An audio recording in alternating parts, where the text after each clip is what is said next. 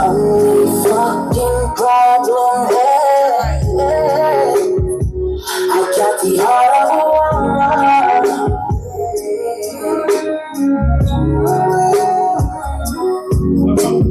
Only fucking problem is I got the heart of a woman.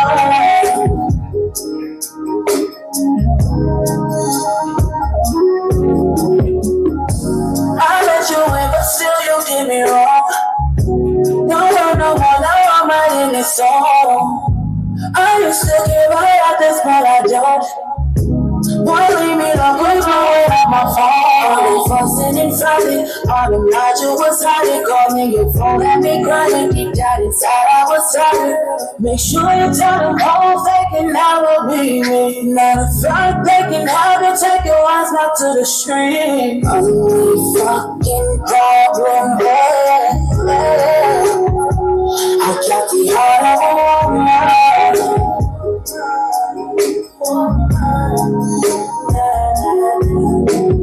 Only fucking problem is I got the heart of a woman. Taking no more.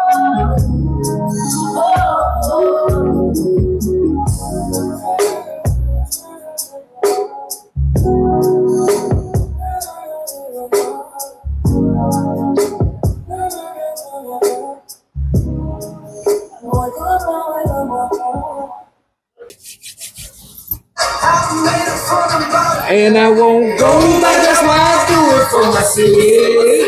I do it for my city. Hey man, y'all know how we do it. It's another episode of Smoking Talk. I am your host, Van Gordon. I'm your girlfriend's boyfriend.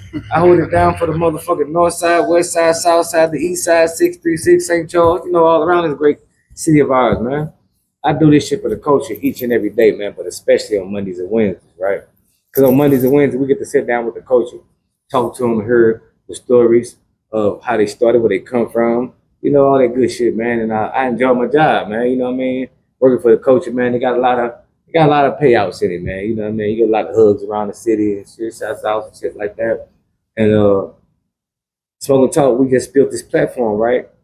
So that way we can give artists their flowers, their props, right? Some artists deserve these flowers because they've been doing it longer than others. Putting on for the city, traveling back and forth, helping people do shit in the city, inspiring us and keeping us pushing, right? And then the future is the youngsters, right? And we give them their props because they're our future. And anytime you give the future props, you help them, you boost them up a little bit. You know what I mean? And that's what we at on Smoke and Talk about the whole thing, because I know one thing for sure. If St. Louis had like a Universal building and Def Jam building and shit like that, it'd be a whole lot of millionaires rolling around this motherfucker, man. That's for sure, man. Y'all so multi-talented in this place. It's ridiculous, man. And since we don't have those things and didn't have those things, I wanted to take the time out on Smoke and Talk to tell each and every artist and every person that we appreciate them. We got love for them. We synced you, and your shit didn't go overlooked, like straight up. Like in St. Louis, we have a problem with telling people, like, giving their props to their face. Like, we'll tell people, like, hey, man, you know what? Rosewood hard, bro, on beats and shit. You know, the HT, but I won't tell Rosewood to his face that he hard, right? Yeah, and that's what we need to do. That's what Smoke and Talk all about. Telling artists, business owners that they're dope in their own ways, and we appreciate them. And today we got special guests on the show. Rosewood, right? Welcome to the show. And I know y'all like, man, here you go with this special guest shit. Goddamn right, all my guests special, man. Because when they get about this heat, they show you how special and unique they are, man. We had over 170 interviews on this show thus far, right? And not one of y'all have told the same story on this show. Not one close to it, right? And it's all love. So we can get rid of all the cliches about how everything is the same and it's small and all that shit. Because ain't no way y'all did 170 some stories already and different, and y'all doing the same thing. So let's let that go, and let's hold on to the part of that. Hey, our underground is still holding up, right? And I'm proud of it. Rosewood, man, I'm gonna start the show off like I always start my show off, letting the artist and the person know, producers know, whoever sitting next to me in the show, that you a dope motherfucking producer, bro. Appreciate that. Yeah, man, you did a lot for the culture, man. You super fucking dope. You're a perfectionist, right? Yes, sir. And you love what you do. And I want to let you know, like when I came to your studio, bro, I was amazed by that shit, bro. Yeah, your shit. Yeah, your shit is super dope, bro. Everything how you run it, how you book your people there. It's me and Workhouse talk about it all the time, bro. Your shit is professional studio. Shout out to Anaconda. Shout out to Anaconda, man. You hear me? Yeah, we talk about it a lot, man. You one of the ones that were professional first that we knew, right? And held it down like that. And I had to make sure I got you on the show, bro, so we can give you flowers, bro. Appreciate because you made sure when people left out your studio, man, they felt like an artist. Yeah. You know what I mean? Sure. Yeah. And I just want to let you know I appreciate that shit, Rosewood, man. And you keep pushing for it, man.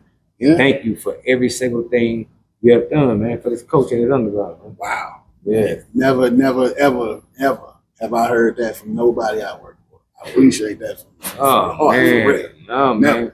Because I watch you work with so many people over the years, bro. Right. Yeah, and, and we always fuck with each other. We always been in the studio together, but I actually never had to work with you. I had to work with you until we started, right? So when I got my chance to experience with you, I was like, damn, so this what artists be going through ain't fucking road. This was up. So I put it in my mind and my heart to make sure that one day that I make sure I give you props for that shit, bro, because I always heard about it. But seeing and experiencing it, bro, oh man, you deserve your flowers, G. Thank you for the shit you done for artists, bro. Yeah, because the artists that I don't even know the artists you did that shit for, but the experience that I took on, that's what they was getting. Man, shout out to you, G. Yeah, no, you deserve that shit, G. Like for real. Sure. You've been showing love for years, man. You've been putting work in for years, Rosewood. I started my show by asking each and every person where they get the name from. We name myself after something we believe in, something we die for, something we stand on, man. I don't know if Rosewood, your last name, real last name, or what it is. Nah. But actually, you know how you got that name or where it come from. Actually, it's just funny that you asked me that because I was talking with a protege of mine about doing the podcast, and we talked about his band name, and they had came up with one. So I explained to him where I got the name from. So Rosewood is my favorite instrument is the guitar.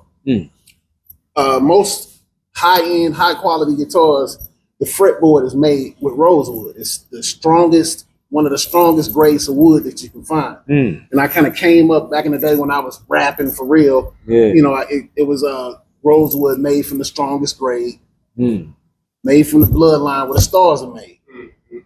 So Keith is my first name and Rosewood is my second name, and that's where the name came from. That's hard. Hey man, hey man, that's why I so much love my job, bro. Because I love asking y'all about y'all name, man. Y'all got some hell of a stories on y'all name, man. And that's what the fuck up, G. Say the hardest motherfucking wood you can find, unbreakable, right? I told you that's how St. Louis City said. We got Scarletto Keys in the building. Scarletto. What's up with it? That's good, sir. Looking like a star. Hey, that voice right there. Yeah, man. Hey, that's the voice. That voice right there. The voice. Yeah, you already know about that voice. Oh yeah. Man. Yeah, man. That's dope, Rosewood, man. You a real one, G. You a real one. That name, that shit match up like a motherfucker. Yeah, I struggled with a name for a minute. That's you know, because to tell the truth, man, I wasn't even trying to be no artist. Yeah. I wanted to be in the dark. I wanted to be, because my passion is really the production end. Okay, yeah, being submerged in that black light and touching keys, touching drums, sampling, all that. That's my first love. Yeah. Even though that ain't what I started doing, you know. But the production end that's everything. That's man. When it comes to that production thing, man, that goes so deep. Sometimes I'm searching for samples and I can't find one because I didn't sampled everything. Yeah, man. You don't be bullshit. Nigga, I'm talking about most people when they sample, they'll try to grab something that people know. I go and I find all they old B-sides, the shit before they was popping. And I look through those shits and I find them gems that ain't nobody heard. And I go with that. Yeah, man. And then, or, you know, the movies. I sit up and watch a whole movie for one small piece that I heard in that movie. Yeah. Like I remember I was watching Batman Begins. I'm sitting in the lab, dog, in one scene. It was a quick little scene, but the sound I heard, that was the one I needed. Damn. Turned into a whole production after that. Right. Damn. Because I won't get into that production part of the show, but you already took it there, man, because that's one of the things I always tripped off you about, man. When we be in studio talking, like you stop at the studio where we at, whatever, we all be talking. That's what exactly how you talking now is how you always talk, right? About the production and the sound and shit like that, right? That's why I call you perfectionist, bro, because that's what I got from you, hearing you just talk before I even watch you work. You know what I mean? So you saying that, man, like what took you to that point, man, that made it be like that? The funny part is at first I wouldn't even sample. Like I refused to sample. Like, and I'm gonna tell you when that was. 2003. 2003 is when that's when I really got my hands on really professional gear.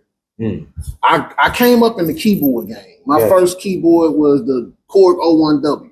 Then I went to the N63, then to the Trinity, to the Triton. Fucked around with the ASR 10, which is what Alchemist still use right now. And I was finding myself. And I just refused. I wanted everything to be original. I wanted every song to be original. I wanted every piece of writing, everything. I wanted people to sample from me. Gotcha. But I kept running into a brick wall because it's like the game is full of samples. The game, every hot new record that was coming out was like, that came from this, and that came from that. They sampling the Du Bois, they sampling the Marvin Gaye, they sampling all these great artists before me. So I'm like, okay, I embraced it. Yeah. So when I started sampling, I had that motherfucking Roland Phantom X. That motherfucker, I bought that motherfucker for the guitars. The nylon guitars on that motherfucker sold me. I walked in that motherfucker finna buy a motif. Right. And dude was like, let me show you something. He played just a little melody on the nylon guitar. I said, let me get that. Dropped $1,700 on the cash. So you want to get a motif and then you end up with a nylon. End up getting the Roland Phantom X. And a Roland Phantom X. And I don't know what none of it is. It's a keyboard. Yeah. It's a keyboard. It's good. Nah, but I want to show you how, like, this is how the dude talk all the time, right? Producers, it's producer talk. Yeah. You know what I'm saying? Like, when you love something, when you do it, right? You talk about it, right? And you talking in language. Yeah. This is how you talk all the time. So yeah, shout out to them. So if you notice, people, if you look at any of the major nigga studios like Zaytoven or any of that, you look around their studio, all you see is beat machines because they collect them. He started with this board, and then went to that board, and he went to this machine and that machine. Same thing with Timbaland. And you really just want to master one thing, though. Right. So all right, now because when you do see videos of them boys and certain people, I got all them different machines around that mother. You're exactly right, bro. And me in my mind, I'm thinking like, God damn, they working on all them motherfuckers. Certain records came from certain machines. Right. So y'all was growing it out of the machine to the next machine. What you hearing in the industry is a certain machine. All the Timbaland's music, that's MPC. All of Dallas Austin, until he came out and perfected his own machine, which was called the beat thing. Yeah, he was using all MPC. Gotcha. But you had other people that would do, piano and different stuff. So when you, like where you at it with it right now, right? With your production and making beats, what do you use everything, or what do you use? For the last 10 years, I've been using. I didn't even jump on the MPC wagon until maybe 15 years ago, because I was all keyboards. That's what I came up off. A lot of people really don't know my roots. My roots, I came up in the same lab with Brad Young.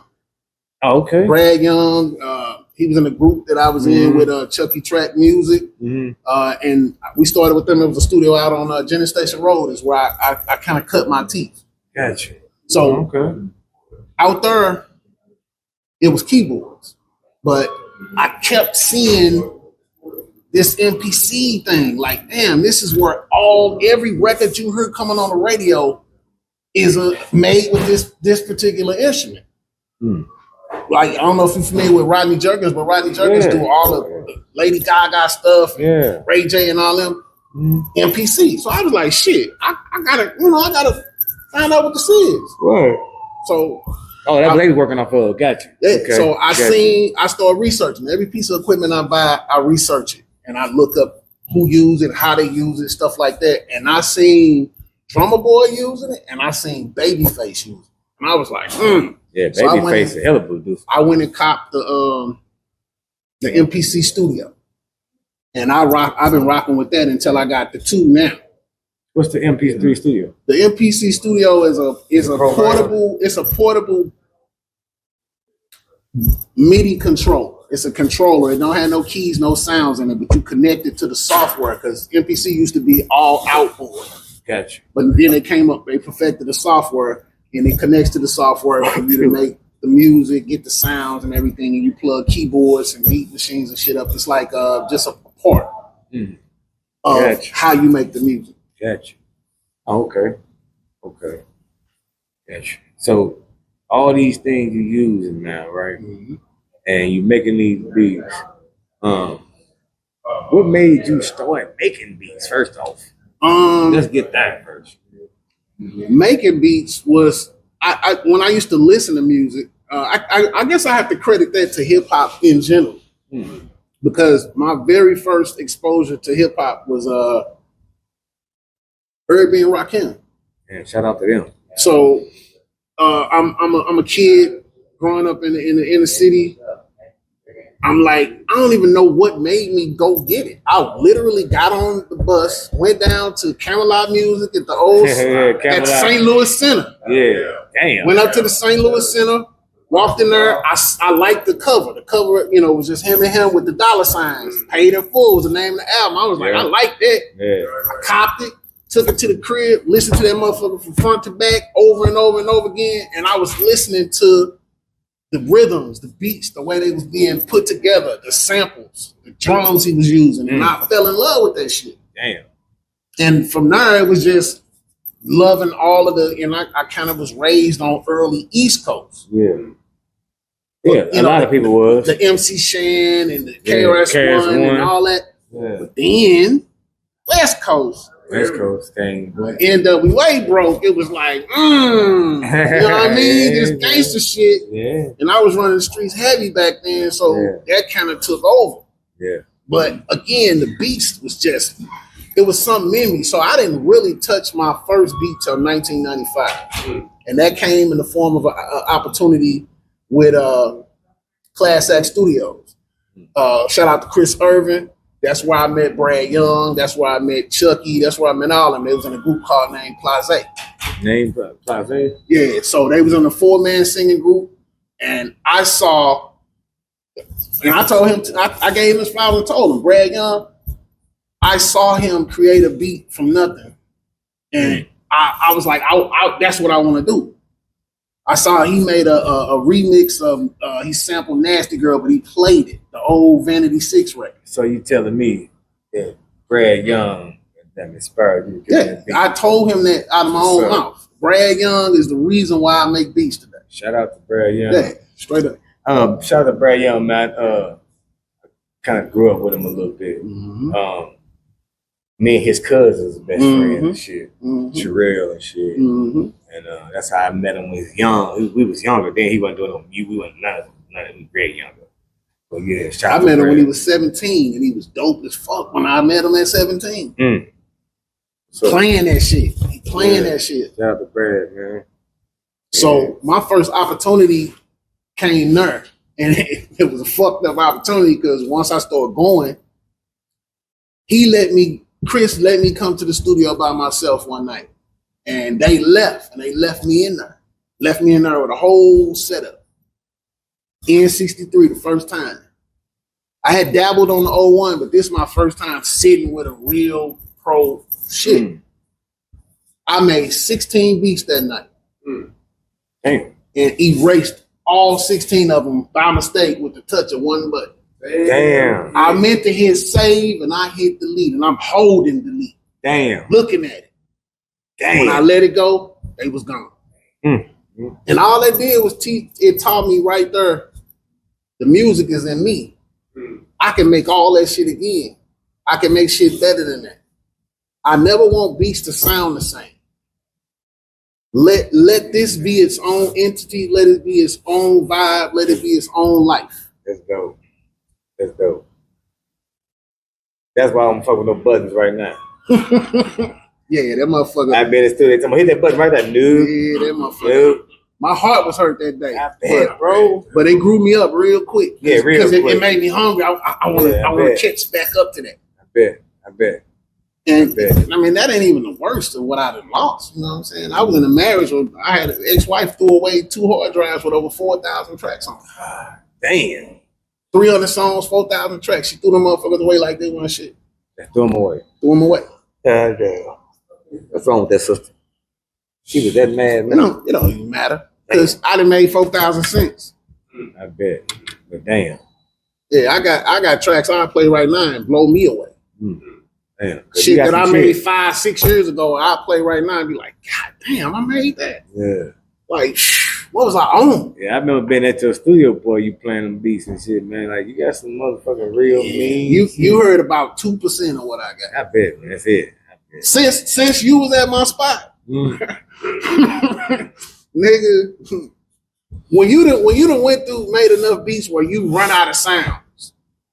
Matter of fact, you can ask your man. You need to get your man on the show. 16 boys, Fruity Loop King. Yeah.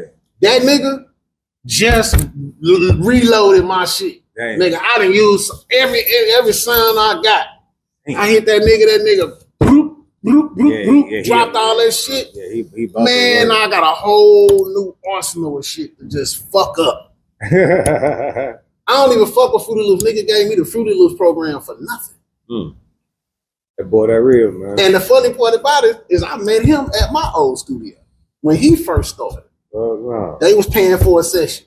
Damn. I was showing him how to use the Phantom. He ended up taking that shit going way, way above. Straight up. One of the dopest niggas out here. What the fuck is? Not in the city, one of the dopest niggas out here, Period. Period. Yeah, he one of them. Yeah. He so cold when he sells sounds. Yeah. Yeah. Like really sell sounds to producers. Like, oh, you need some sound for your shit? Yeah. Holler at me. Yeah. You hear what he said? I just and not just sounds, any program. That boy cool with it. Video. Yeah, I'll let 16. I'm gonna get him on the show soon. Get him on. Come on. That boy got some stories. Well, yeah, he do. Yeah, he been in the underground a long time, man. Putting it in, putting work in, like for real. I mean, they had a few new mafia boy. They run around, they had a whole team of them. When I say they run around, goddamn it, lacing everybody in the city with beats, goddamn. What's up? Yeah. Rosewood, man. I'm sitting there listening to you, man, and I'm not surprised about a lot of this shit at all because shit, man, I heard you talk a lot over years, man, and heard your work and the shit you done did for people in production wise, right? Even back in the day of your artistry, man, because, you know, people know you from different eras of different shit, right? But the beats, man, I think that's one thing that always stood out. And when people mention you, man. Yeah, a Rosewood production. You gotta get a Rosewood. Yeah, you gotta get a Rosewood production under your belt. Yeah, that's good to know. Like when you sing, like hold on. First of all, that motherfucker sing too, y'all.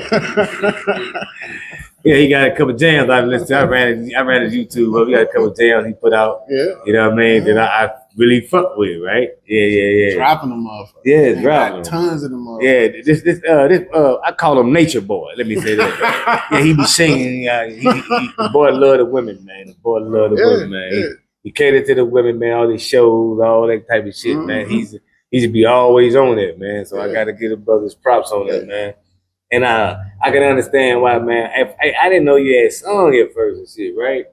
And then you got there shooting that video, right? I'm like, I'm gonna go down here and shit. I went down there like, this motherfucker sing. This motherfucker. Hey, believe it or not, man, that's been that's been the hardest road, man. Making people believe that I was singing. Straight up, man. Dude, bro, when I was doing the bouncer thing, the whole point of the bouncer thing was to get close the music. Gotcha. And it happened because I ended up bodyguarding everybody from fucking DMX to fucking, you know, 2 Chainz, whoever. I was around them, but when I hand them a CD, they thought I'm passing somebody else shit to them. Mm-hmm. Even the radio personalities from St. Louis, they never believed it. So I had to prove that shit. And I had to do that. I don't know if you remember Harris Lucky Break. They used to go, the little show, they used to come on Channel 5 and they did it from Harris Casino. It was hosted by the White Stone. Yeah. You had Taylor J and all them was the judges and shit. I got out there, I think I sang Black Street before I let go. The nigga stopped the music. He like, hold up, nigga, you trying to tell me you sing like that? I'm like, bro, I've been trying to tell y'all niggas this shit for years. That they would not believe it. They wouldn't believe it. So I had to just start doing shows and shit to show niggas that's what I was doing. And plus, I was not putting videos and shit out like I do now because I didn't want to be in the light. Right. I wanted to be the producer. I wanted to be the writer. I found joy in working and seeing the other artists after I put them on how they flourish. Yes. But I'm with you on that point too. Yeah, me too. To be honest, God was like, it's time for you to step into the light. Yeah. And it was hard to do because I was used to hiding. Right. Now I got you because they fucked me up. I ain't gonna lie to you. Got down into the video shoot, you had your whole hookup and shit, changed the clothes, had the chick and shit. Y'all did y'all thing, man. Yeah. And then my daddy was shooting a video, so get back to the studio and him working on it. I really got the chance to like listen to your songs and shit. Like, damn, dude, working hard.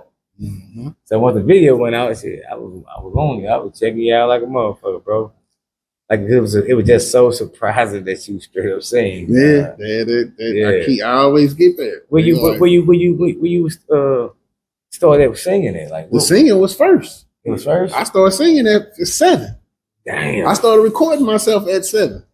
Damn. Remember the little black tape recorder that had the cassette with the red button on the end? Yeah. I used to record and singing that motherfucking make up songs and shit. Got whoopings for cussing and singing nasty songs, all that at 7. Me and my brother. Shout out to my brother Ken. Shout out to Ken, man. Got him in there singing little nasty songs. Yeah, so the singing just kind of carried on through high school. I did it privately in my room and shit like that. I sang a lot of Bobby Brown back then, the Rockwoods and Ronnie and all that. Yeah. All of the Babyface shit. And then we had a Valentine ball at school. And they had auditions. And I went in the room for the audition. It's a whole fucking room full of senior females judging. And I went in there and sang something off the radio. I don't even remember what it was. And that's kind of where when I seen how the women reacted to me singing, it was a rap. It was a rap. So through the teens and early 20s, all the homies, they meet the girls. When we get around them, my homeboy can sing. So now I'm entertaining the women and making it easy for everybody. So it just stuck. The singing just became a part of the personality. I can relate to that. Yeah, for sure. I can relate to that. You know, I do a little singing myself. Yeah. So. Oh, shit, we got to get you in the booth. Oh, man, you ain't saying nothing. We got to get you in the booth. Saying nothing. I do a cappella. For sure. You know, I take a few dollars for open up on the R&B tip. You know, I do my thing. You know. Yeah, I'm doing. People say I can't sing, but, you know. Yeah, I stay doing the R&B thing for sure. Yeah, you know. Can I sing, Spot? Yeah. Yeah, that R&B thing was actually that was. I started taking that serious in 2003. 2003. What made you start taking it serious at that point? Actually, I don't mean to sound lame, but the woman I'm with now is I met her in 99. And she was always my friend and she was always supportive. And in 2003, we talked and she heard me sing and she was like, you should put more energy into that. Right. And after that talk, I was inspired and I just started writing records. Right. And I think, to be honest, I've been writing records about her my whole life. Damn. And all of the records that I put out now is about her. Gotcha. All of them. Yeah. I don't have to find inspiration because she's my inspiration.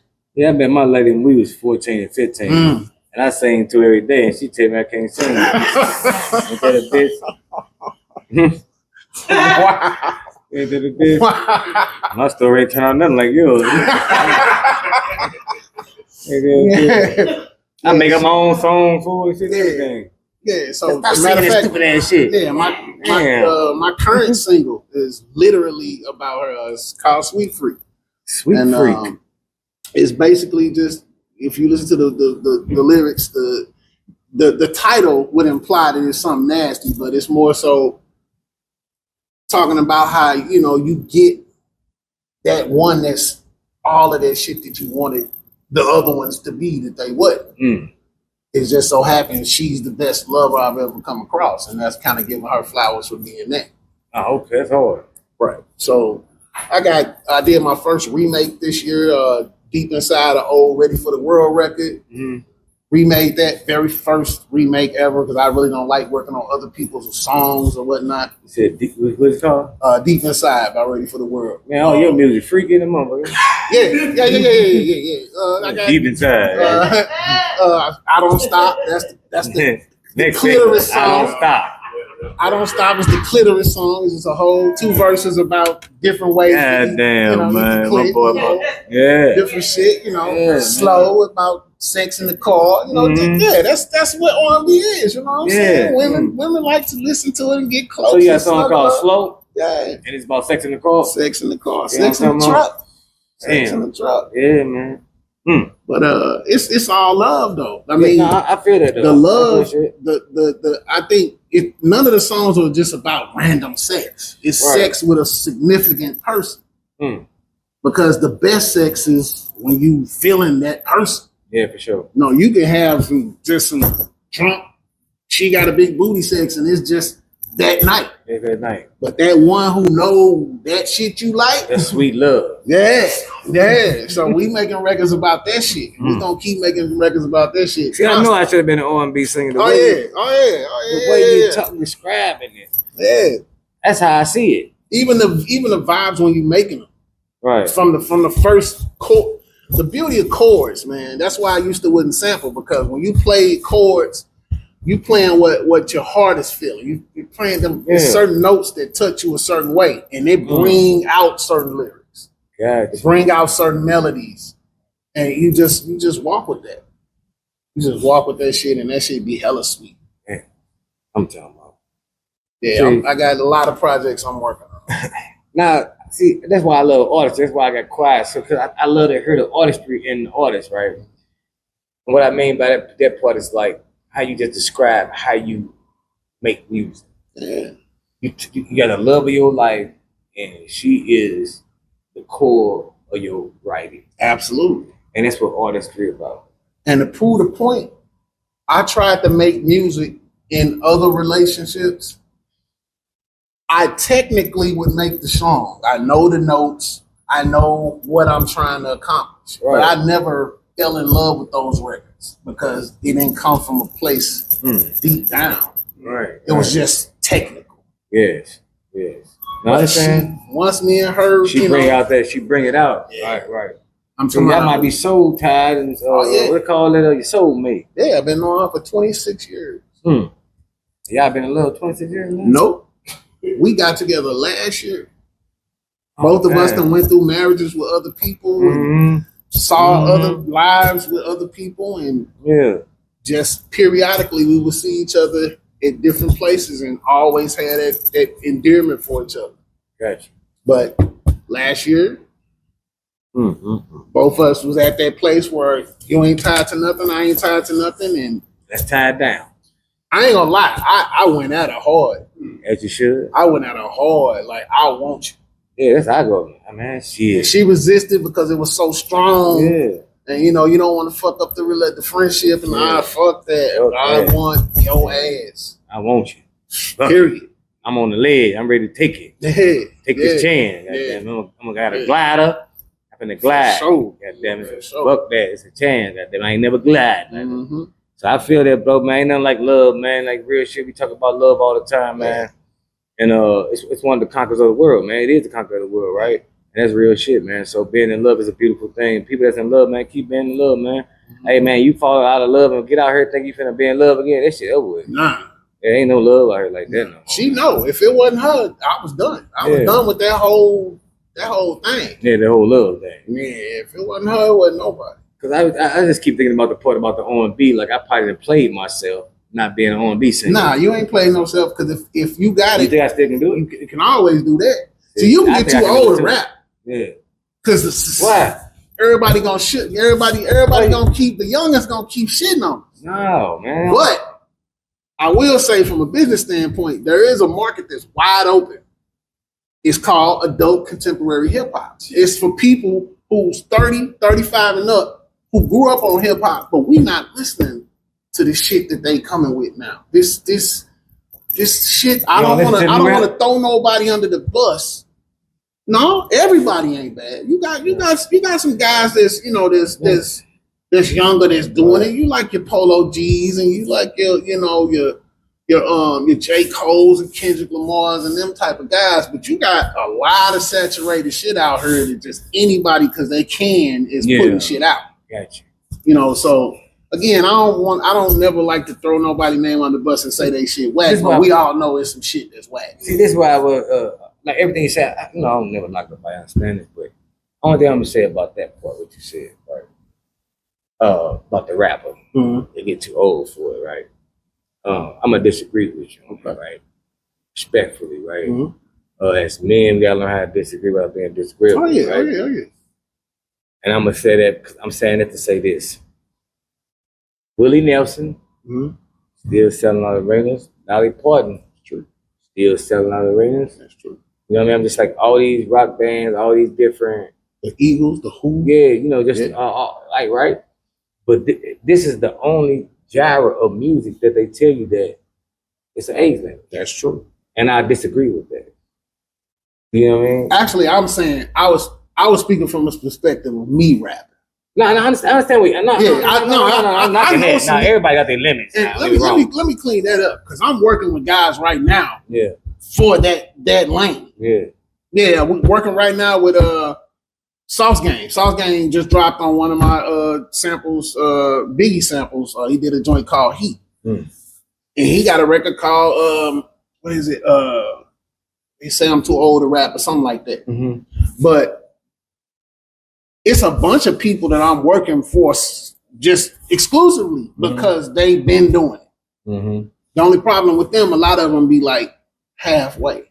They be like, I still feel it. But then next week they give up on it. Yeah, because I'm gonna tell you why. I'm gonna tell you exactly why. Because we're not bridging the gap between the youngsters and the older heads, right? I agree. And on top of that, if you a leader of something, you shouldn't be swaying in shit. Right. You shouldn't be swaying, because if they the youngsters, they watching you as a father figure or leader of something. I'm just saying, as anybody that's a youngster watching you, right? If you steady swaying and stopping, you gotta be secure about yourself. And every fucking thing you do to rap, I don't give a fuck what you do, right? And stand on that shit. And they see you stand on that shit, yeah, they might look and say, oh yeah, old head rapping, but at the same time, they're gonna respect your craft, right? If you're not respecting your craft, why would they respect your craft? That's true. You see what I mean? And that's why I'm saying, like, the older guys that rap, I say keep rapping, right? Because this rap, if you pay attention to the industry, I say it all the time, you come in as a rapper and then you end up as a superstar, a movie star. Right? Or you end up as a mogul of some kind in some kind of business, right? Because this is what do. Like for me, I kept rapping, right? And I'm saying to myself, like, all right, I'm gonna go retire. I'm gonna drop my retirement album. I'm gonna be done with it, right? But at the same time, when I say this to people are like, what the fuck you mean? Like, nah, you tripping. You can't retire. You ain't whatever, right? And it started to lead me, as I steady work on my craft, it led me to this. Smoke and talk. Which meaning I step back from my artistry and not stop rapping, but step back from my artistry so I can give artists their props on the platform, because this is something that's needed. So I'm saying, like, your rapping going to lead to where you need to be at. Right. So even if it's just, i.e. Will Smith, i.e. 50 Cent, Ice Cube. Right. Even if you just say, okay, I'm finna run a class on producing, teaching them how to make beats.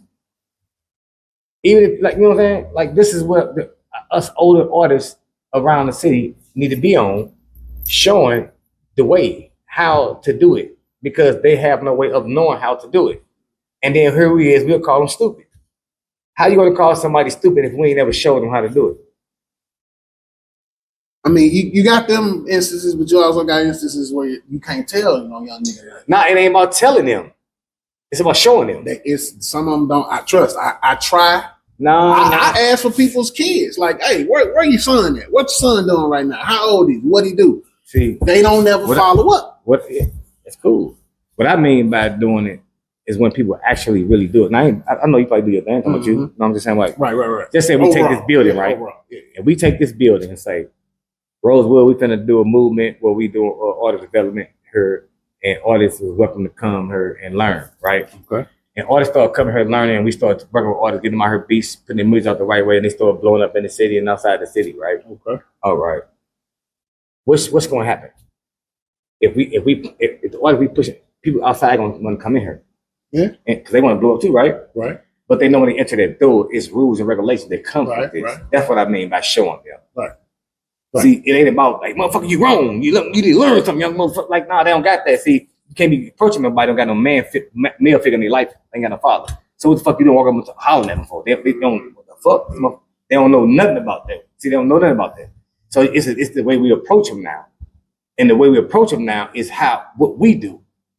And when you step to our door, now you hear our door now. This is how this go. If you want to get the business right done, this is how I go in here. Now, if you don't want to be a part of this, you got the right to walk away. Let me respond to that. And I want to respond to that because I've been thinking like that. And I'm not gonna blow smoke at you. I'm gonna tell you exactly what I did. Mm-hmm. I came up with a youth crime prevention program. I shopped into every company for funding for it. And we set guidelines and rules for what it took to be at this place. It was going to be ran out of the George Washington Carver House, which was set overall for $30-35 bail between the JVL and the Blue Mine. And we were already bringing kids in there off the street for basketball, for martial arts, for all kinds of stuff. My brother Ken, shout out to Ken, he was running the youth program. Mm-hmm. The Rams, while they was here, was funding it.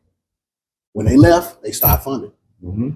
So I couldn't get the funding because I didn't have 501c3 status for them to get the tax break to give me the money. Mm-hmm. But the plan was already written. I wrote the plan in 2000. I sat down there at the SBA at the free computers down there the same year. I think we had just won the Super Bowl, or we was about to win. Nelly's album had just popped off big and everything. That's what I was working on then. I couldn't get no help with it, so I stopped. I feel that, right? And that's what I'm gonna say about that, right? This is the reason why so Vanguard see and move like he moved, because once you put your shit in people's hands, they got control over it, right? Mm-hmm. And they can stop it at any time and make it go at any time, because you said, like, all right, give me this money for this in the 50C, right? Which is right. Proper way to do things. Right, That's on everything. I don't want to think he did it. He did it all the right way. But saying that to say this, bro, if we're going to do something, we have to do it on our own, as a community, as a whole, with our own muscle, right? Mm-hmm. Because we doing it for love. You can't let go of the love because they didn't give me what I needed to help.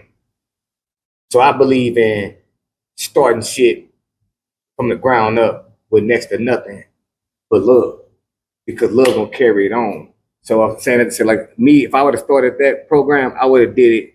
I would have got somebody to help me fund me a building, right?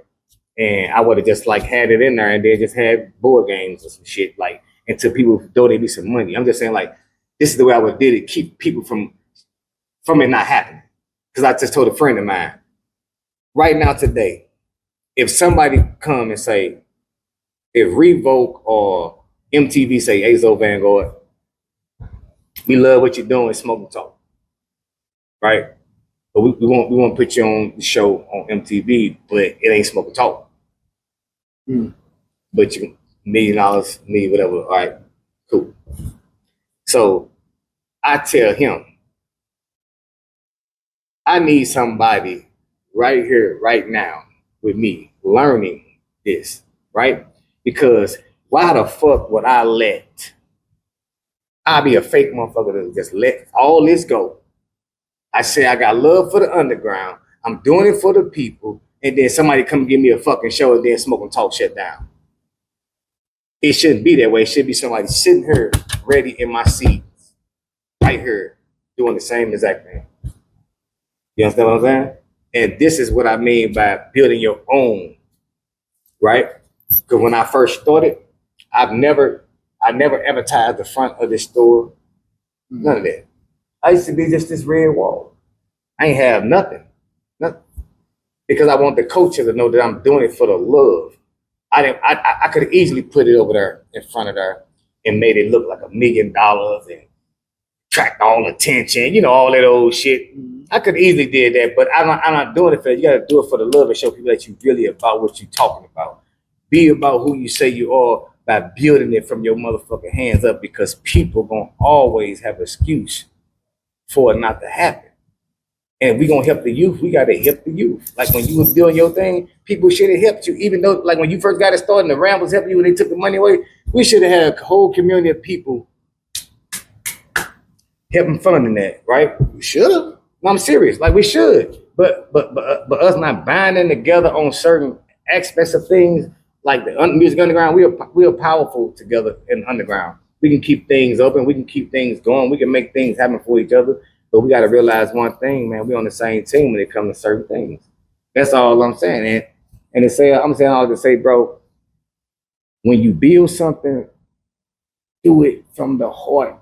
Do it on your own muscle and time, because the grants and all that shit, they take that away from us, right? If you ain't doing what they ask you to do. So that mean the whole youth then fell over because I couldn't do one thing for you. You know what I mean? And like you got something to offer to these children in this game. You make beats, bro. You know how to really do it. You really know how to do it. So just like the next thing you open up, I just say, man, just do it like with your own dollar. It might take a long time and it might not. God might just bless you straight out the gate and get you somebody to throw you $1 million to do what you need to do. I'm just saying, just come to strength is how you was about to do it. I don't know, but don't let nobody be able to take it away from you no more. I don't see it like you see it, but I understand your point. Yeah. Because at the end of the day, it take money to make money. It take money to make anything move. It do. And me spending my own money to keep it where I'm losing at my house, I can't keep doing it. No, I ain't saying doing that. But I'm saying I did it to that fault. I did it. I went to Procter and Gamble. I went to Mallinckrodt. I went to everybody who say they give out money. But you gotta have the money. I needed it, like you said, somebody give you money to get a building. That gotta happen first. Mm-hmm. I know guys that got buildings, but they ain't never offered their money for that. They ain't never offered their building for that. Right.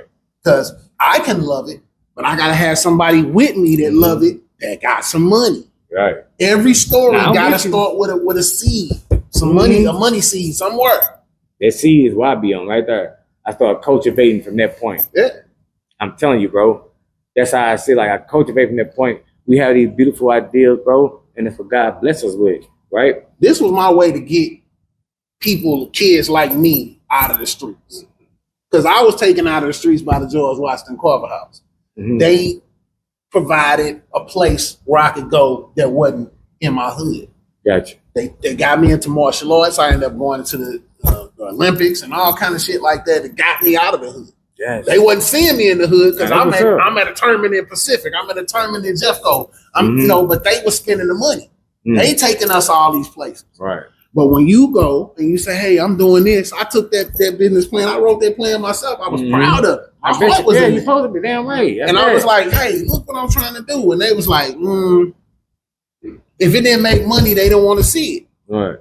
I'm doing it for the kids. They didn't want to see it. Like people think every time you say, "Oh, somebody donated $2 million," dude, they doing that for their taxes. Right. Mm-hmm. That ain't necessarily for their love. They doing it for their taxes. Exactly. Because I done been around asking in the Tommy Tucker days and all that, when I'm seeing dudes running around with money. Mm-hmm. They weren't trying all doing nothing like that. Nah, especially back then, bro. I need some money to make it happen. I'm still the same person, like, and I agree with you, everything you said. You're correct on what you're saying.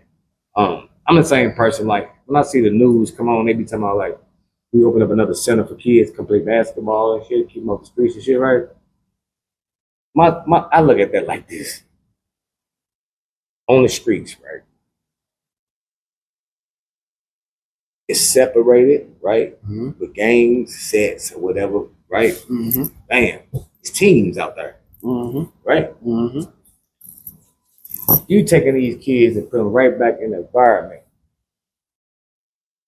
of teams again with this basketball. Yeah. Right? So now they back segregated again. They back like, and people thinking like, oh, no, that's not cool, bro. Because all these kids on different teams, they teaming up. It's going to be hostile. Right? You already know how that basketball. I say, man, fuck the basketball. Stop giving them basketball and shit, right? There's other shit you can give them, like teach them how to read and shit. Yeah. Like that kind of shit. Teach them how to change a flat tire, right? Like they can do all those kind of things because you got kids and young men out here today that don't know how to change a flat tire. That's true. Now how the fuck that happen?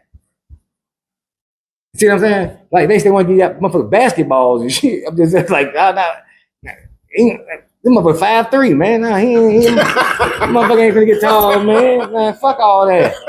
Get him motherfucker a paintbrush, a rolling brush, man. Let that little motherfucker do the trim. He's short. He can do the trim, right? Like I'm just saying, like, this is where we flip the script at now, right? Because people keep hearing the same things. That's gonna get him strong. Man, these young motherfuckers already strong. They got a full beard. Got that motherfucker 6'11". You know what I'm saying? These motherfuckers eat 3 Whoppers. You know what I mean? He big and strong. Like, you know what I mean? Like, let's flip the script on that, man. Let's give them jobs. Let's give them trades. Let's show them different now. And then people would most likely, I think, would invest in those type of things. The only thing about that is those things a lot of times don't interest the youngsters. So you telling him you're gonna teach him how to change the tire, you don't really want to hear that. I bet you want to hear when you tell him, like when you with your motherfucking gal and y'all get stuck on the side of the road and another man pull up and come and change the tire for your bitch ass. Well, ain't nobody never teach me. I had to learn on my own. No, I'm just saying, like when you start telling them that type of information, you want another man come and change your motherfucking woman tire while you standing there with a gun on you in your purse? What the fuck you talking about? You better get down there and change that motherfucking tire, man. Fuck you talking about? No, stop telling them all this hip shit and tell them like when this other dude pull up and start changing the tire and your woman start like, damn, that's a man. Yeah. See, that's a man. See, he got the attributes of a man. Like, no, you got a purse, bro. Your nails shining and shit. You hear me? Bro, I had a partner. Come on now. I had a partner. We was at his gal crib, and she wanted him to put up a mini blind. This nigga didn't know how to put the bit in the drill bit in the drill. See what I'm saying? He didn't know how to open it, how to put it in. He didn't know how to put. You ain't know put. But I bet you can play that game with the cars and all the people running on there and all that stupid ass shit. Like they can do that. I bet they can do that though. Like that's what I'm saying, bro. That's what I'm saying. See, if we pay attention, like the idea that you got about the children, right? Mm-hmm. It's a damn good idea. Mm-hmm. Flip the script on it and start. We gonna teach these boys how to be young men that they put the their watch on their left hand and this, that, and the other, and it's tie up. You know what I mean? Oh yeah, you'll never wear that motherfucker, right? Mm-hmm. But these are teaching young men these type of things. Mm-hmm. And then people invest in that because I want to send my son down there so he can learn that shit. He ain't got no father. You see what I'm at? That's what I'm saying. Like my job on Smoke with Talk, man, is to continue to show you artists that's so great. They got the light on y'all, man. How many other different things y'all can do? You see, I just started talking about something new. Yeah, you got to get to the money though. I got to get. Once I get the money, we can do whatever. You gonna get the money. See, that's what I'm saying. Can get whatever once we get the money. Everybody talk about getting to the money first. Everybody want the money. It ain't first. First. Bro, get the money first. Bro, it's always first. Listen, I'm 50. What's up? I'm 50. I've been doing this shit for 37 years. Yeah, that man. The money ain't coming to me right away. Yeah, that mean we gotta tighten I've been doing it for love. I've been doing it because I ain't saying do nothing for love. I ain't saying just do stick. I'm just saying I need to get a bag. Once I seen I couldn't get the help from nobody else, it came up. I need to get the money to make it happen. Because he ain't gonna help, she ain't gonna help, Exactly. I need, once I get, boom, all it takes is one call. I produce a track for one major artist. That'll give me enough money to do anything I want to do.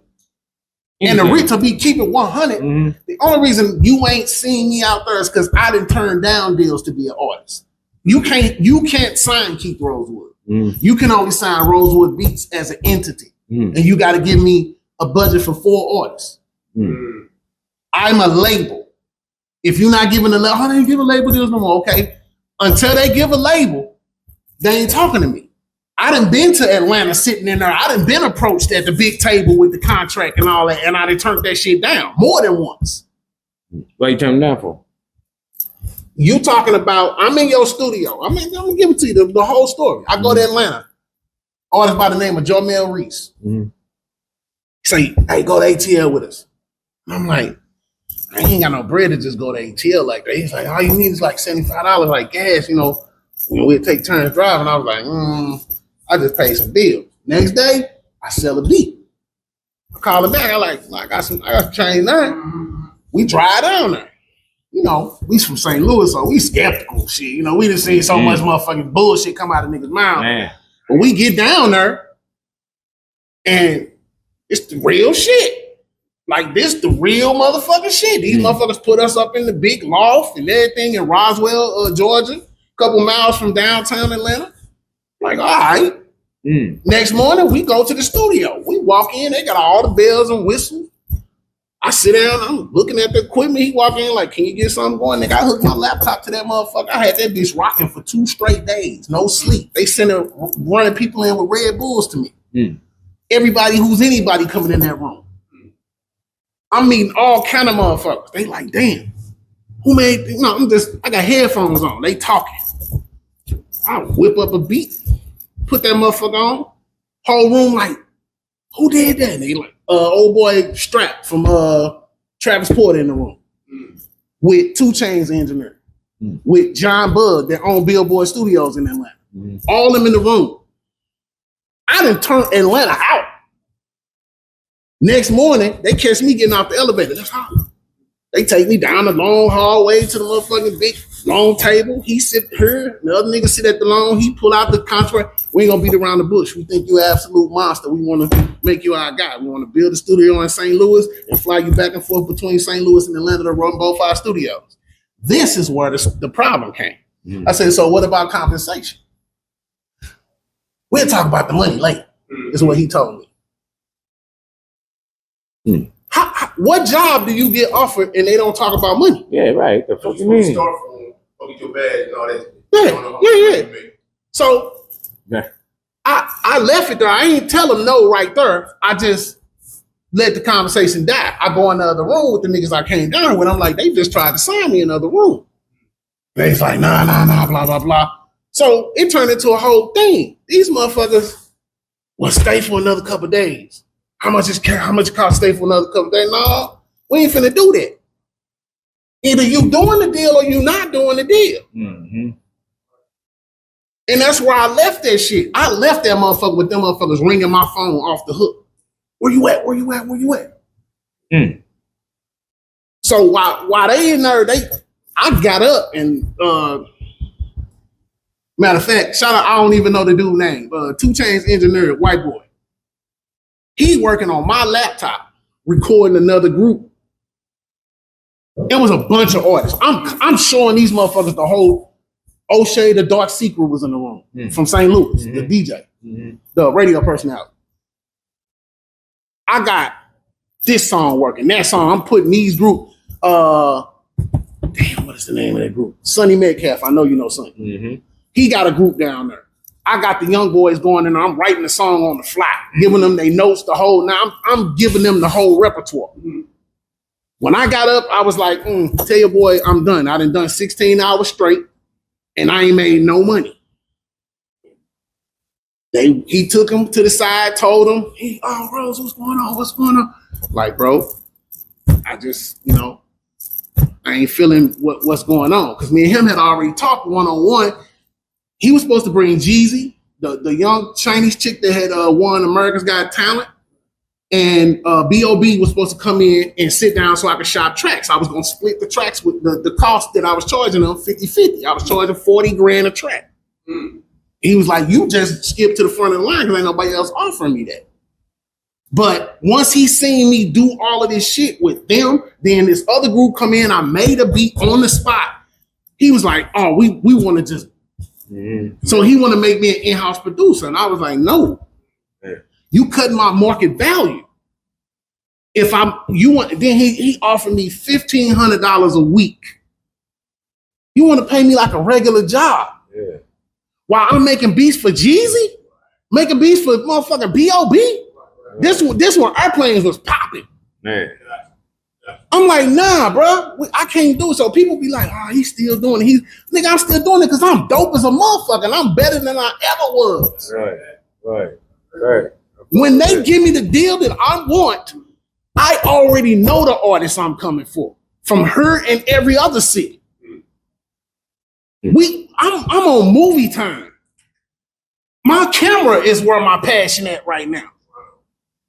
My car's full of motherfucking equipment right now. I can shoot anything, anywhere. Edit anything, anywhere. I am really that nigga. And I'm feeling that because the homie Poncho Rucker. He hates the word humble. We've been living under that humble, be humble. And I understood that. My first real studio, I had the word humble on the wall. And I used to sit and look at it. And I tried to keep from feeling like I was too much or whatever. But fuck that. Fuck that. Fuck off. Real talk. Yeah. I'm going to get the deal I want. And I'm going to do what I want. Period. And I'm going to put on who I put on. And I've been watching to see all of the artists who got the work ethic, who really doing it. The motherfuckers I give a track and they hold that motherfucker for months. I tell every artist this same thing. I got any track you want. Matter of fact, tell me a song you like. I'll sample that motherfucker and I give them that track back in 24 hours. They like, damn. I say, I want the bars back in 7 days. In 10 days, be ready to shoot the visual. And I'm going to drop it. I'm doing all of this out of my pocket. 8 out of the 10 don't turn in the bars. People I know got studios. That's crazy, right? People I know got studios. Yeah. And I know it ain't the fucking track. Right. I know it ain't that. He didn't listen. Mm-hmm. I let you listen to whatever. I read your body language. Fuck what you saying. When I see your motherfucking face squinch up and you hear a beat, oh, this the one for you. Mm-hmm. When I see that toe banging, this the one for you. I know what I'm doing. Right. I know what the fuck I'm doing. When they give me the money, watch what happens. Watch it. Everybody gonna be a part of it. I got so many things I want to do. The things I think about most, I don't think about the kind of car I'm gonna drive. I don't think about how my house gonna look. I think about how the fuck am I gonna keep myself grounded. I think about how I'm going to make God happy with what he give me. That's what I think about. I think about I got just one of my plans. Just make up 10, 15 envelopes with 20 stacks in it and hop on the bus at the start of the Grand and ride the bus and pray and ask God, who on this bus do you want me to bless? And just write, take care of your business first on the envelope, hand it to him and get off the bus. Then get on the bus, go in the opposite direction and do this until all the money gone. Do it every month. Get on the radio and give a car away every Friday. Get on her, tell me your story, tell me why you need a car, tell me about your family. And I ain't talking about just anybody. I'm talking about putting men back in the driver's seat, giving men feet. Hey, you need a car? Will a car get you going? You need an apartment? Put this man every month up, put him in an apartment, pay his bills for a whole year. This your beginning. Right. Make your shit happen from here. I'm talking about, I don't need all the money, bro. I like my game. I like my girl and my studio. That's it. That's what's happening. That's it. Ain't nothing wrong with that, brother. When they give me the money, so you gonna get it out here. Whatever you trying to do. Yeah. See, I ain't even know you the shit you speaking on. I didn't even know this was in you like that. for these kids.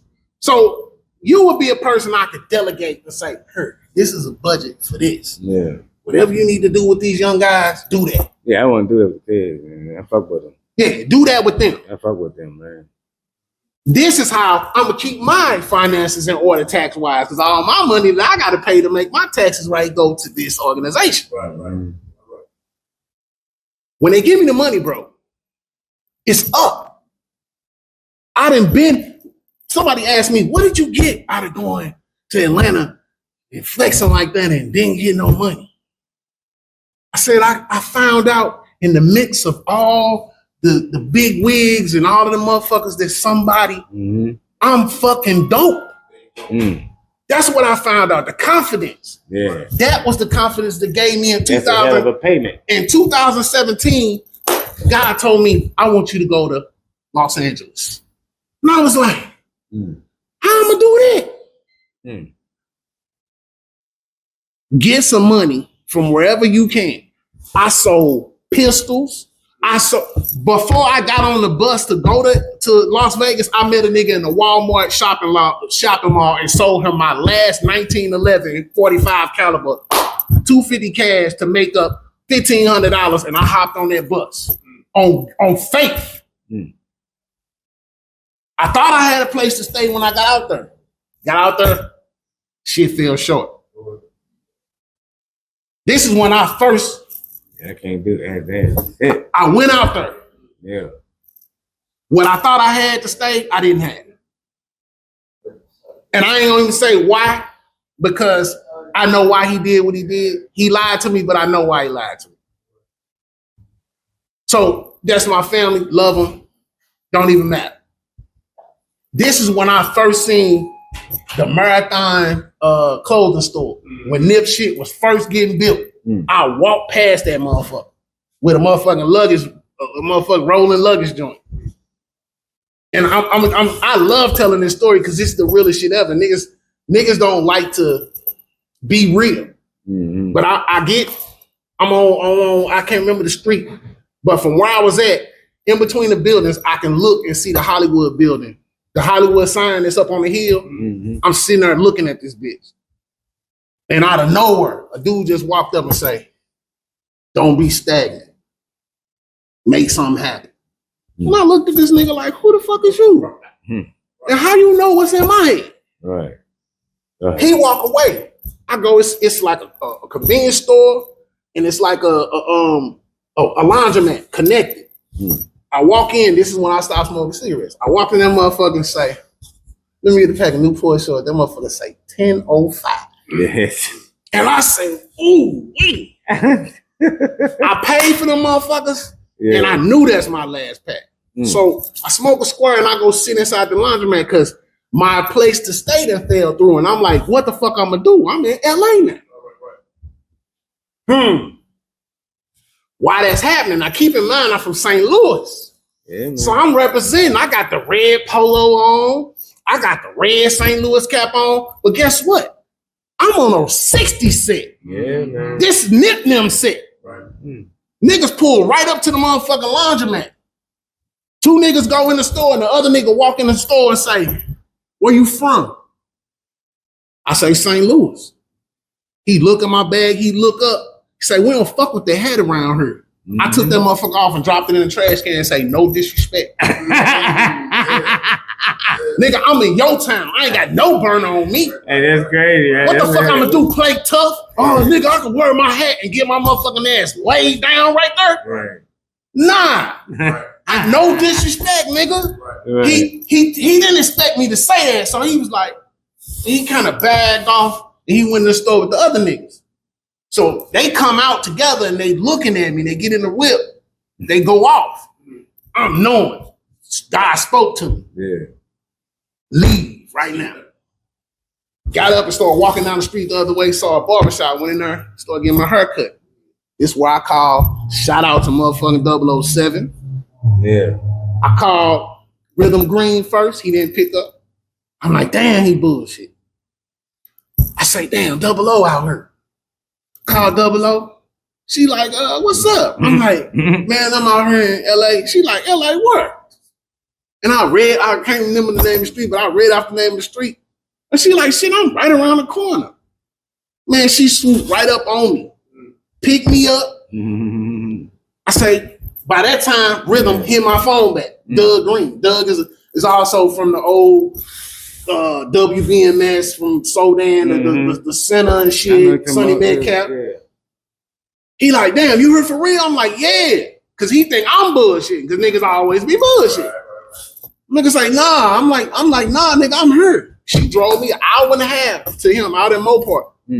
Shout out to 007. Shout out to 007. We smoked, he smoked, all three of us sat out there and smoked. She was giving me the rundown on how shit run out there. Yeah. And shit like that. So she leave. And I just started making my rounds every day. I spent damn near 15 shit, all the money I had traveling from Mopar to downtown motherfucking Sunset Hills to Hollywood Boulevard. I'm trying to make it happen. I'm trying to get a job as a bouncer. I'm trying to do anything to make it happen. I'm seeing motherfuckers laying face down on the motherfucking concrete sleep just on Skid Row. The first time I ever seen the whole street full of tents. Man. A motherfucker just living on the street. Man. Everybody came out here with a dream. Yeah, all of them did. All of them. Everybody came out here with a dream. Yes, indeed. Skid Row was real. Nigga, I just spent all my money. Now I'm broke. Stranded. Walking around. So I say, fuck this. I had did my homework. Sony Music was down there. So I looked up who the top nigga at Sony Music was. At that time, it was a nigga named Martin Bender. I go to the motherfucking complex. Ring the buzzer. Can I help you? Say, yeah, I'm Keith Rosewood. I'm here to see Martin Bender. Just like that. They buzz me in. Okay. I'm like, oh, shit. I'm in this bitch. I get to the second gate. Yeah. It's a female. I'm working on her for 30 minutes to try to get past this second level. She shift change. Here come the nigga. No. Point blank. I walk out the gate defeated. I'm broke. I'm like, damn. I'm so far from home. Yeah, right. Oh. I walk up on a pawn shop. I'm literally in the pawn shop with my MPC and my MacBook trying to sell it to get home. The nigga don't want to give me $50. Soon as I finna take the $50, my phone ring out of nowhere. My cousin, I ain't talked to this nigga in 8 years. Yeah. He like, where you at? I said, nigga, I'm in LA. He like, what? He like, what you doing out there? I say, nigga, I came out here to get some. He was like, what you doing right now? I was like, shit, I'm finna sell my MPC. I need some money to get to the crib. He was like, please don't do that. Nigga say, don't do that. I'm gonna call you back in 10 minutes. And then call me back with a ticket. I got on the Greyhound and rode from LA to fucking Las Vegas.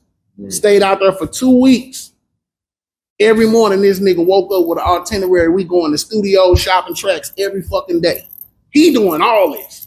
Oh, your cousin stay in Arizona? He staying in Vegas. Vegas, my bad. Yeah, he in Vegas. So we running around Vegas trying to make shit happen. So while that happened, a motherfucker do a home invasion at my crib. She sent me videos of niggas coming in the crib with their towels wrapped around their face. So I got to rush home for that. But again, all that's to be saying to say, they gonna give me the money, bruh. They gonna give it to you. They gonna give me the money. Because I know what to do with it. What did you get out of going to Vegas? I found out to get into the parties that matter, it costs $3,000 at the door just to get in. We ain't talking VIP, nothing. I learned that every fucking hotel down there had a major event. Maybach was at MGM. Shaq was throwing a pool party at Dre's. Chris Brown was at one of the other places. Lady Gaga was at the T-Mobile Arena. All this happening at the same time. I'm like, I need money to get in these doors, to get past these ropes, just to hand a motherfucker a thumb drive with beats on it. That's all I gotta do. So when you say they're gonna give you the money, right? Like what you mean? Like what you aiming for? Like I want a budget for a label. You got to give me 2.3 to 5.7 million per artist.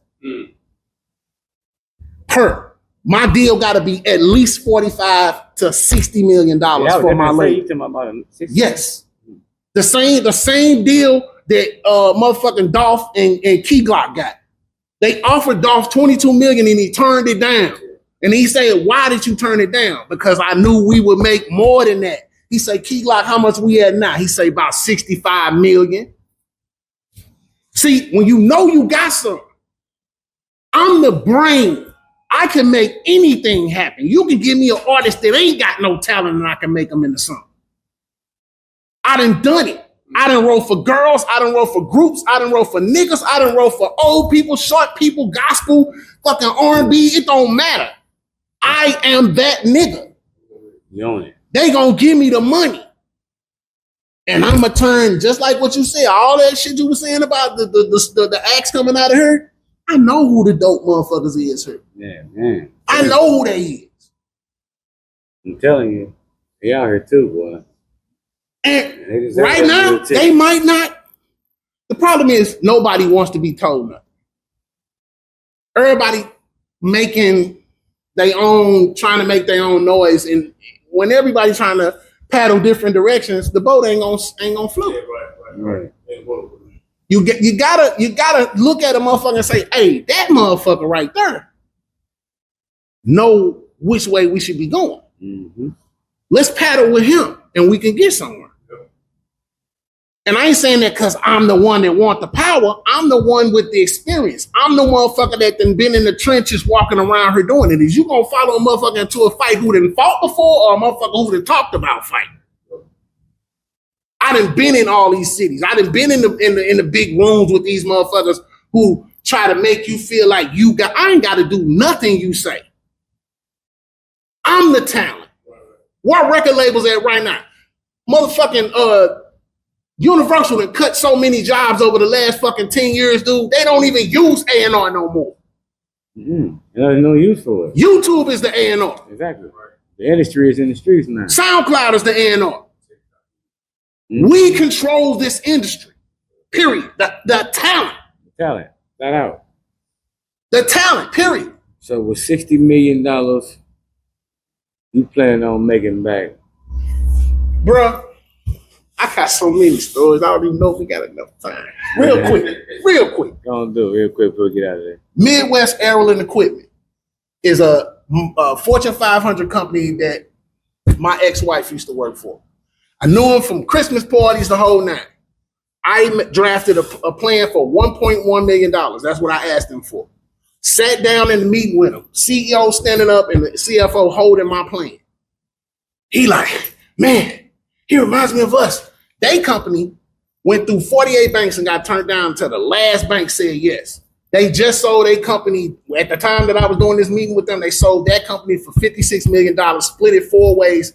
The main nigga bought another company that done the same thing and sold that for $52 million 2 years later. Mm-hmm. I sit down and crunch millions in my head. How it's gonna be. If a motherfucker give me 60 million, if they ask me how you gonna spend this, how much time you got? I know what the budget costs. I know what it costs to have a budget for iHeartRadio. I know what the budget costs for any internet. I know what the budget costs for tour support, for how to get around the city, what you need for security. I know it all. I've planned for this money. As you should. You ain't just out. If you say you're going to get it, you should be planning. I just want 60 million because I want to floss. I have no interest in buying Ferraris and shit like that. 60 million, man. You better have a whole motherfucking plan ready. So 2.4 million. If they just give me the base, 2.4 million per artist. $200,000 of that is going straight to the artist so you can quit your job and work on music. That's all I want you to do. And I ain't just giving you $200,000, motherfucker. You got to turn in a certain amount of work every fucking month. So this makes sense. This ain't for you to just floss around and fuck money up. The rest of that shit going on a budget where motherfuckers they gonna get tired of seeing you. They gonna get tired of who is this motherfucker? Right. Because I found out, and the motherfuckers in the industry told you. Jay-Z said it when he released the Holy Grail. He said, we on a level playing field. The independents got the same motherfucking avenues we got. When you turn on World Star and you see any major artist on the front page, it costs $3,500 a day to be on their spot. It costs $600 to put one video in their rotation. You can buy your way into anything. You can buy your way onto Billboard. That money gonna be spent to make this motherfucker shine. Gotcha. So it seems like you got it all worked out, Rosewood, man. I hope you get this money, man. And I would love to see your company unfold the way you're calling it down, and cause I know you're a perfectionist, man. So I know you don't the quality of the music is gonna be where it's supposed to be at, and your hustle that's only in your head. You know what I mean? So I would like to see it unfold, man, and keep going at that, man. Keep having them dreams and goals, man. Because like I'm one of the ones like I learned from Master P, right? Master P taught me like start your businesses now on paperwork. LLC, I'm owning this shit, right? You might not have a physical building or places open and shit like that, but it's basically what you said, bro. So, like, if I plan on getting $30 million one day, I should have everything in place already, right? So when the 30 million drop, okay, I know I'm gonna open up this smoothie shop. I know I'm gonna open up a gym. I know I'm gonna open up this. I know, you know what I mean? I know what my money going to be spent and invested in. To make some money. And to make some money, you feel me? So, yeah, I totally agree with you, man. That's what Master P taught me that, man. Like, and I stand on that, start your businesses now before you get to the paper, right? Get your paperwork first, ready, and then let you know you're serious about your craft. Because one thing about All About the Benjamins, right? That movie over Mike Epps and her Cube, right? When they get them diamonds, right? And Cube in the car, right? The Cube say, "Hey man, I know what I said yesterday about these diamonds." You know what I mean? Right. But man, you know, it's a different story today, right?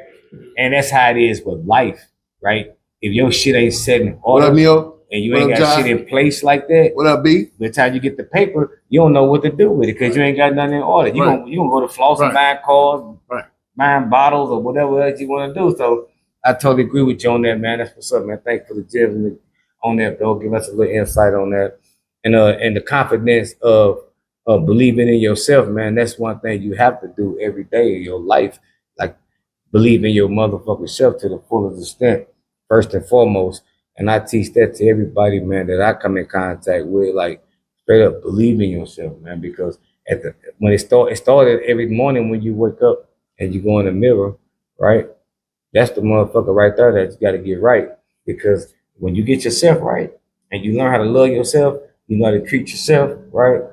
You also learn how to treat other people, how you gonna be treated at the same time, right? But at the same time, you also learn how to let motherfuckers walk away, get the fuck on too. Like I ain't gonna be arguing with you, playing with you. I don't know you like that. All that good shit, right? I'm just saying all to say, man, like, keep that shit out there, Keith Rosewood. Keep going, keep pushing, man. Keep doing your thing, man. Keep shining, man. Keep putting on for the city, man. And when I hear you talk about artists and you just said give the artist $250,000, man, that's what I'm saying. Like that's love right there. Keep that shit like out there, right? And that's, I'm talking about business wise, right? That's love in business because you just say I'm giving up money, quit your job, right, and work on your artistry. That's how it's supposed to go, right? And as long as you keep them thoughts out there, man, I'm pretty sure you're gonna get exactly what you're working on, bro. Yeah, you worked it, man. You've been doing it a while, man. Shout out to you, man. I got two more questions before we go. But I didn't ask you earlier in the interview. Did you born and raised here in St. Louis? Yes, sir. Okay. Born at DePaul Hospital. DePaul Hospital. Yeah. Damn. You about what? 75? 74. Yeah. Yeah. That's my age. Yeah, I'm age. I'm 50. I just talking about you. 50. No, I'm 50. And I used to be kind of trying to hide that, but that's a flex for me. Yeah. Because I done been through it all, bro. Man, motherfucker, but man, being 50 is beautiful. I What do you mean? Motherfuckers ain't making it. Boy, the way McDonald's set up nowadays and all these motherfucking fast food restaurants, boy, mother ain't going to, man. Hey, being 50, man, and you don't even look 50, brother. Like, you don't even look 50, right? Real shit, bro. You don't look 50 years old at all, man. Yeah, I used to try to hide that shit. I used to hide my age. Fuck that. Fuck that. And them beats, goddamn it. Hey, hey, man. Hey, let everybody know, man. Like, where they can find you and follow you at, man. If they get some of these beats, too. YouTube, man. Facebook, Keith Rosewood, Rosewood Beats. You can find it. Google the name. I guarantee you, the work I done put in just this past year, I done put out at least 40 projects. I done put out a catalog of my own shit. I shoot all my own shit. I edit all my own shit. Mm-hmm. I can take you from zero to a marketable product in 10 days. And that's how I shop it to everybody. I'm looking to work with everybody. All ages, all races. I've been trying to put a all-female project together for the longest. The ladies won't cooperate. They always asking me who on it before they want to get it. No, just get on, put your contribution into it. That's what it's all you got to do is give me bars, and we can push the rest of the shit. Come on, ladies. Come on, y'all. I will work with put anybody. Together, St. Louis ladies. Y'all get on these tracks and fuck it up real quick. Yeah, I'm trying to get money and whatever, but I'm trying to get the bigger money. Yeah. I'm trying to get. I ain't sold a track under $250 since 2003. And selling a track for $250 right now is funny to me. Because especially in this market, if I go to Atlanta, the price is $1,500. If I go to another city, it'll be this. So you gotta adjust to whatever market you in. So I'm not worried about your money. I'm worried about your bars. I'm worried about your voice. I'm worried about putting your talent in front of this camera and making motherfuckers see how I make you look and sound. That's what I'm focused on. And let's get to this with Keith Rosewood Beats. Mm-hmm. YouTube is full of videos. If you want to see what I do, I'm making beats on that bitch. My TikTok popping, all of that shit. Fuck with me. Fuck with him. Yeah, shout out to Rosewood, man. And fuck with the street minister. Man, the street minister. You know what I mean? You gotta fuck with the street minister. Y'all fuck with the street minister. Man, I'm the street minister. Y'all see him laid back behind his camera. That motherfucker get on the stage and get lit for your ass. You know what I mean? That's how I know this nigga. Yeah, man. I know this nigga from that stage. Hey, man, I still got my verse ready for that song. Yeah, we gonna have to get all that shit done. Man, because I was, you know what, man, I was honored to have that track, man, like Hard in the Paint, man. I still remember my verse, and it's hard for me to do. Is my verse. It's I go hard in the motherfucking paint, putting paint where it motherfucking ain't. You hear me?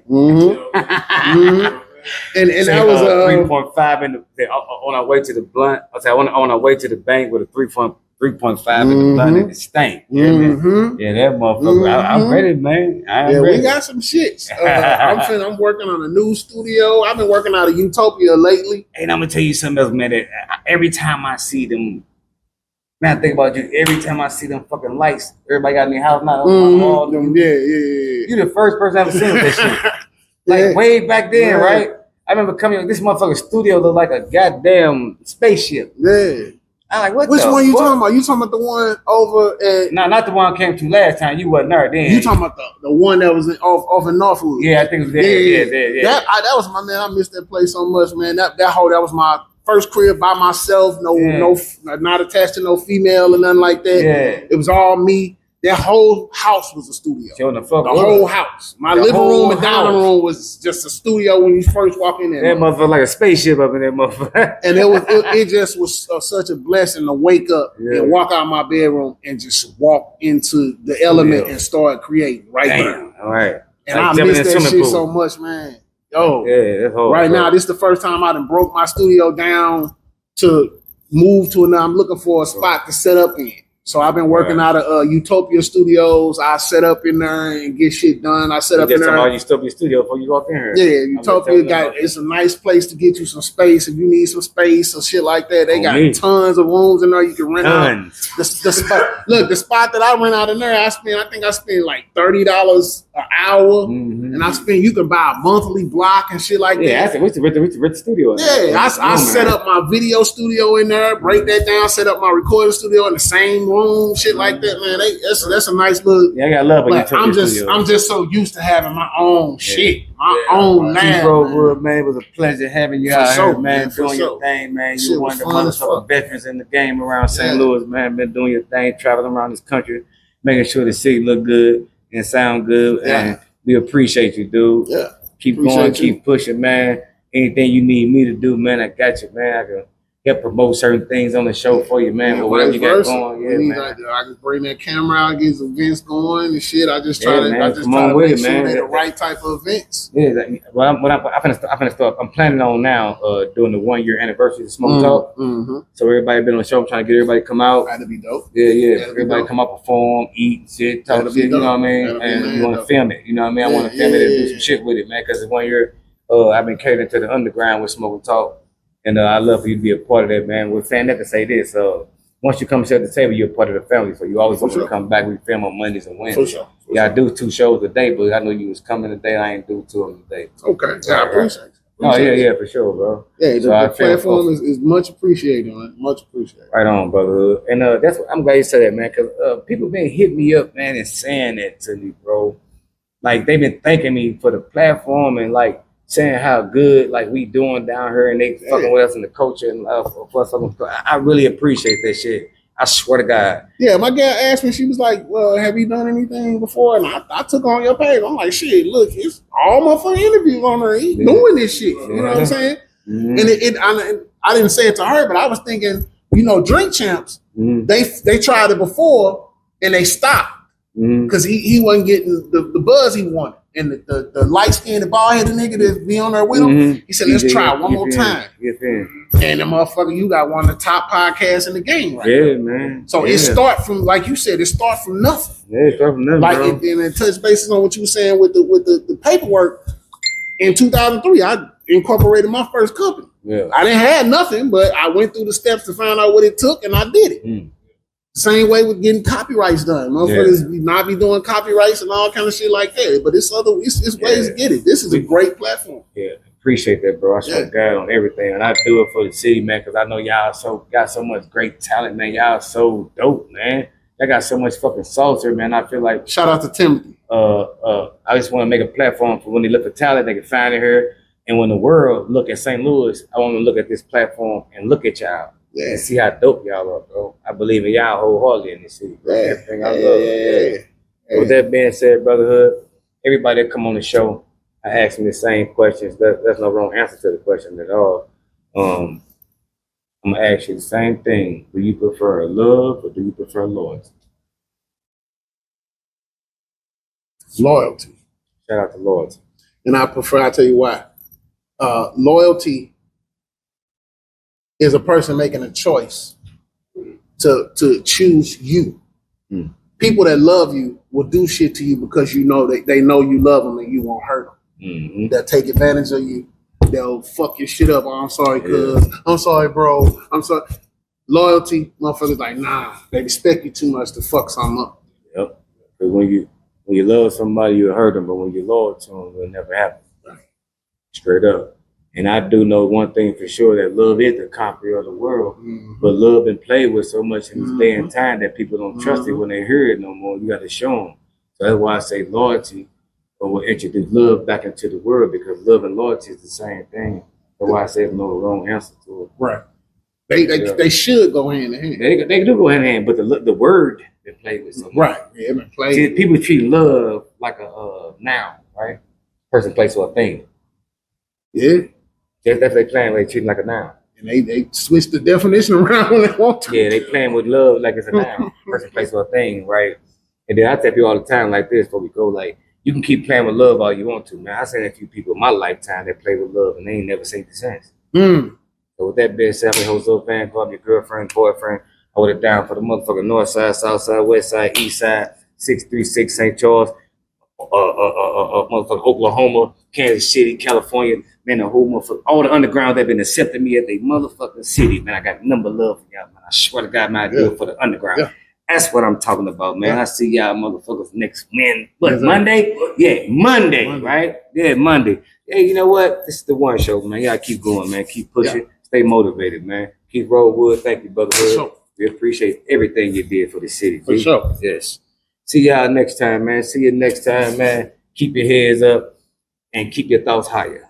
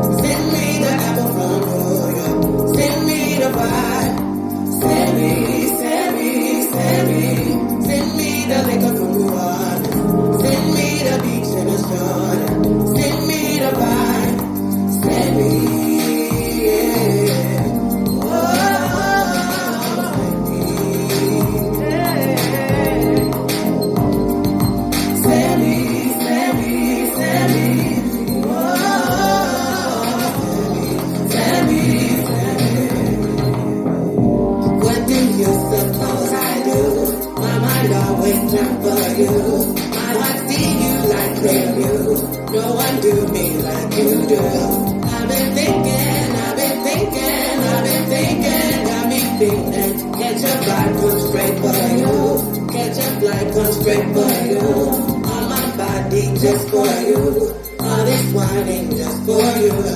I mean, no, because oh no, I can't get tired of you. Send me the beach from Georgia. Send me the apple from Georgia. Send me the vibe. Send me the liquor from New Orleans. Send me the beach in the Jordan.